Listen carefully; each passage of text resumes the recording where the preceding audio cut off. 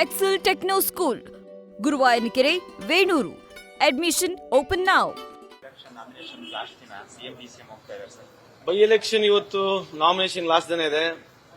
ಇವತ್ತು ಆಬ್ವಿಯಸ್ಲಿ ಎಲ್ಲ ಪೊಲಿಟಿಕಲ್ ಲೀಡರ್ಸ್ಗಳು ಅವರವರ ಕ್ಯಾಂಡಿಡೇಟ್ ಪರವಾಗಿ ಹೋಗಿರ್ತಕ್ಕಂಥದ್ದು ಇದೆ ಅಂತ ನಾನು ಅನ್ನಿಸ್ತಾ ಇದ್ದೀನಿ. ಹಂಗಾಗಿ ಬೈ ಎಲೆಕ್ಷನ್ ಅಲ್ಲಿ ನನಗಿರ್ತಕ್ಕಂಥ ಇನ್ಫಾರ್ಮೇಶನ್ಸ್ ಅಥವಾ ನನಗಿರ್ತಕ್ಕಂಥ ನಂಬಿಕೆ, ಅಲ್ಲಿ ನಮ್ಮ ಪಕ್ಷದ ಕಾರ್ಯಕರ್ತರ ಜೊತೆ ಮಾತನಾಡಿದ್ದೀನಿ. ಅದರ ಜೊತೆಗೆ ನಾವು ಮಾಡಿರ್ತಕ್ಕಂಥ ಕಾರ್ಯಕ್ರಮಗಳು ಖಂಡಿತವಾಗ್ಲೂ ಎರಡು ಬೈ ಎಲೆಕ್ಷನ್ಗಳಲ್ಲಿ ಕಾಂಗ್ರೆಸ್ ಪಕ್ಷ, ಸನ್ಮಾನ್ಯ ಸಿದ್ದರಾಮಯ್ಯನವರ ನೇತೃತ್ವ ಇರತಕ್ಕಂಥ ಸರ್ಕಾರ ಖಂಡಿತವಾಗ್ಲೂ ನಾವು ಗೆಲ್ತೀವಿ ಅಂತ ನನಗೆ ವಿಶ್ವಾಸ ಇದೆ, ನಂಬಿಕೆ ಇದೆ.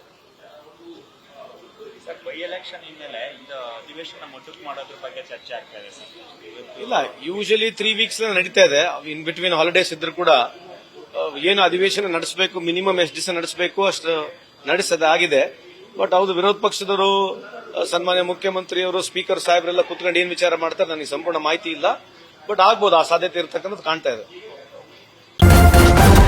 ನ್ಯೂಸ್ ಫಸ್ಟ್, ನಿರ್ಭೀತಿಯಿಂದ ನಿಮ್ಮ ಪರವಾಗಿ.